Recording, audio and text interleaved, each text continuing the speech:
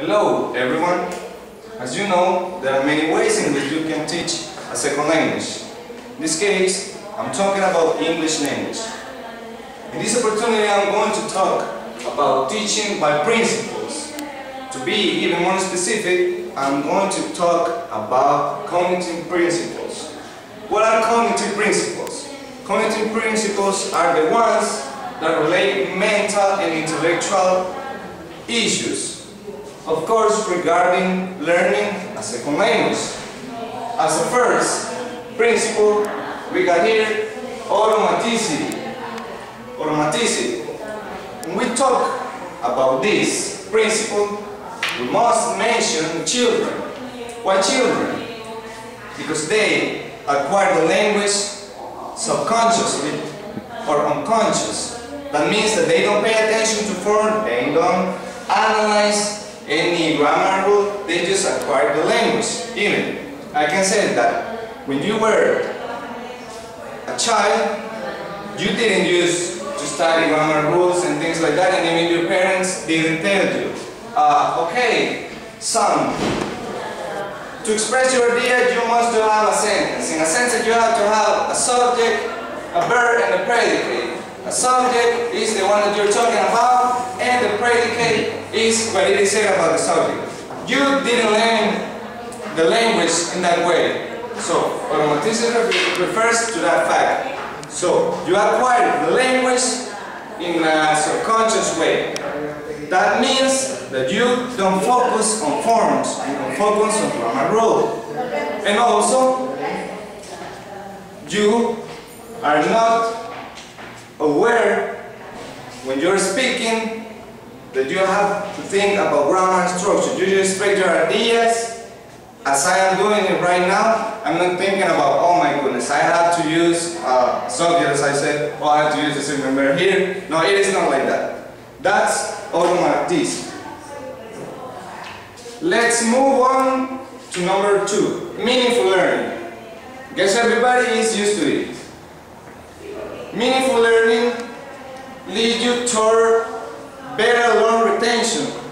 And what you do in meaningful learning is that you have one knowledge, previous knowledge, or let's call it experience, and then you got another knowledge, let's say, a new one of a certain topic. So what you do, you got your experience, you got the new knowledge, and then you, let's say, join both of them to make a solid one. So you, as a teacher, what you have to follow, what you have to do is to make a student maybe to remember an experience, right, about what you're talking about, so that they relate, make strong associations, and in that way, meaningful learning will be produced in a better way.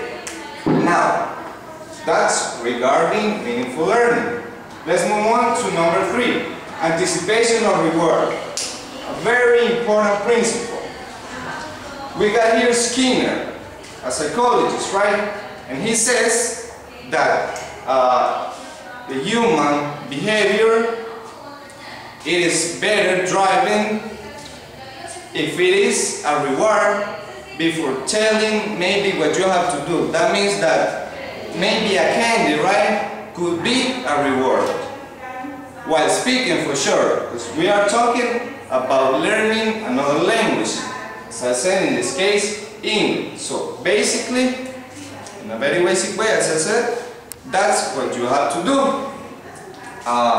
Short-term rewards can be, let's say, like a student can get used to it. So it is not that you have to be excellent every single time or every single, let's say, chance that the student talks, right, or says something. So you have to be like very good, excellent, but not so frequently.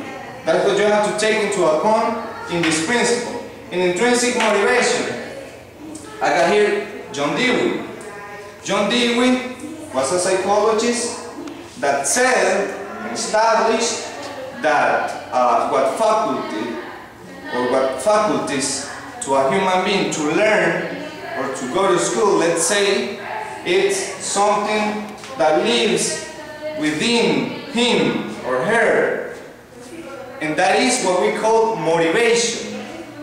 Motivation is very important. First of all, maybe you can have an external stimuli, let's say, but what you have inside is your motivation. If you got a little bit, just a little bit of motivation, then you will be able to learn a language or to learn anything, because that's, at least in a very personal viewpoint and opinion, everything to learn. If you got that motivation, then it's not going to be complicated for you to learn another language. And that's what they will say. Let's move on to the last one, autonomy. Autonomy is the capacity to control one's own learning or your own learning. It allows learning to do things like initiate oral production, solve problems in small groups, or in peers. And here in this principle, what you have to do as a teacher is to make a student to go beyond the classroom. Not here just like in the surrounded by the four walls. So you can maybe encourage them, give chances or opportunities for them to produce the language. Let's say for them to do the language. That's what you have to do when you talk about autonomy. And also what you can do is maybe suggest opportunities, right? Maybe watch movies, for sure in English, videos, podcasts, and things related to that. And basically, that's what teaching by principle is about. Here we got just 5, and for sure there are around 12, but in this case I just explained 5 principles, and that's it.